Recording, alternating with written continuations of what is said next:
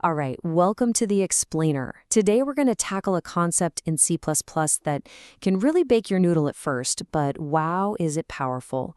We're talking about polymorphism, and we're going to see how just one little keyword can totally transform the way your programs behave. So, here's what we've got lined up. We're going to kick things off with a super common head-scratcher you run into with pointers and inheritance. Then I'll show you the really elegant solution. After that, we'll put it to the test with a real-world challenge, make our design even more solid, and then at the end, we'll see why this whole thing is such a massive game changer for how you build software. Okay, let's just jump right in. We're starting with a classic inheritance setup. And trust me, this is the exact spot where a lot of people get tripped up when they're first learning this stuff. So check out this class setup. You've got your basic base class, then derived 1 inherits from that, and then derived 2 inherits from derived 1. It's like a chain. And here's the key part.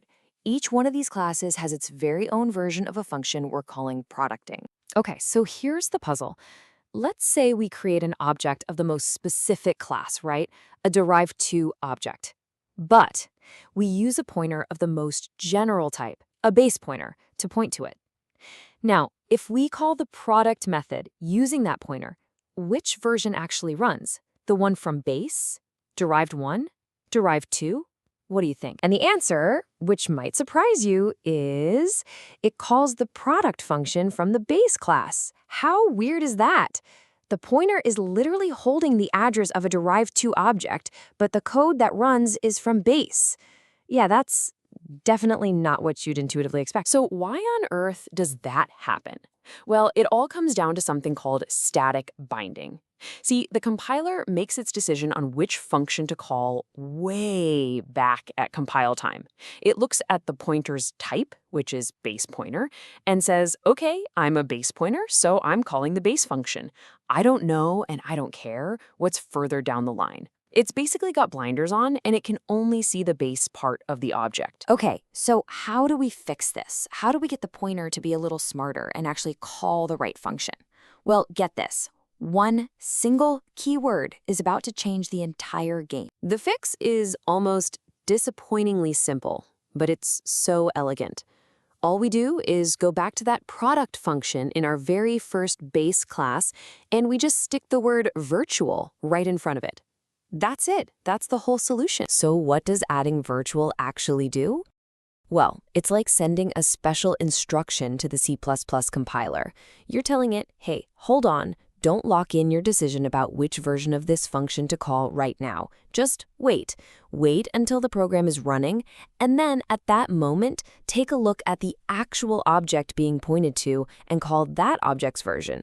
This is what we call dynamic binding or late binding. And bam, look at the result. With that one virtual keyword in place, the function call now travels down the inheritance chain at runtime. The system checks the object, sees, oh, this is actually a derived 2 type, and it executes the derived 2 version of product function. We get exactly the behavior we wanted from the start. Okay, that's a neat trick, but let's see how this plays out in a more practical, real-world kind of problem. Let's say we're building a program that needs to calculate the total area of a whole bunch of different shapes. So, your first instinct might be to design something like this. You have a GeoShape class, and inside it has a separate pointer for every single type of shape you might want to handle. A pointer for a circle, one for a rectangle, and so on. I mean, it'll work, but it's super rigid. It's a dead end. What happens when you need to handle, say, 2 circles and 2 triangles? You'd have to rewrite the whole class. No, that's not going to work long term. The much, much better way to do this is with polymorphism. We create one general base class. Let's call it shape. Then we have our circle, rectangle, and all the others inherit from that one shape class. Now our main GeoShape class just needs to hold a collection of shape pointers. And because of that, it can point to any kind of shape we can dream up. Much more flexible. But when we try to run this beautiful new elegant design and call the area function through our shape pointer, boom, compile error. The program won't even build. Any ideas why? It's the exact same puzzle we saw just a few minutes ago. Yep, it's that static binding problem biting us again. The compiler looks at our shape pointer and says, I don't see an area function inside the shape class definition, so I don't know what you're talking about. The fix? I bet you've already guessed it. We add an area function to the base shape class, and, crucially, we declare it virtual to turn on that powerful dynamic binding. Okay, our code works. It compiles, it runs, it correctly calculates the total area. We could stop here, but there's a subtle logical flaw in our design. We can go one step further to make this not just functional, but truly robust and professional. Just take a step back and think about this for a second. We added an area function to our base shape class so that everything would compile. But what does that even mean? A circle has an area, sure. A rectangle has an area, you bet. But what is the area of just a shape, you know? A generic, non-specific shape. The question itself doesn't really make sense, does it? And this is where we introduce a new tool to solve this little logic puzzle, the pure virtual function. We go back to that virtual function in our shape class, and instead of trying to invent some fake implementation for it, we just replace the function body with equals 0.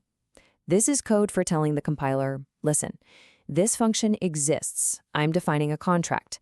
All of my child classes must implement this function. But as for me, the base class, I don't have a meaningful answer for it, so I'm not providing one. And the second you add even one pure virtual function to a class, something amazing happens.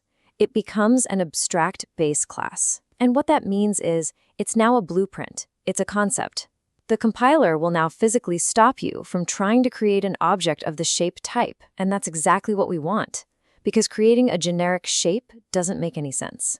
The class now exists only to be inherited from, and this is our ultimate design. It's clean, it's safe, it's logical. Shape is now a pure blueprint, an abstract idea.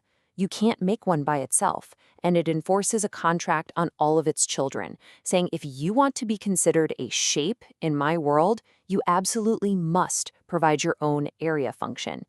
Our code is now flexible, safe, and it makes perfect logical sense. All right, so we've been through this whole journey from a confusing pointer problem to a really elegant architectural solution. So what's the big deal?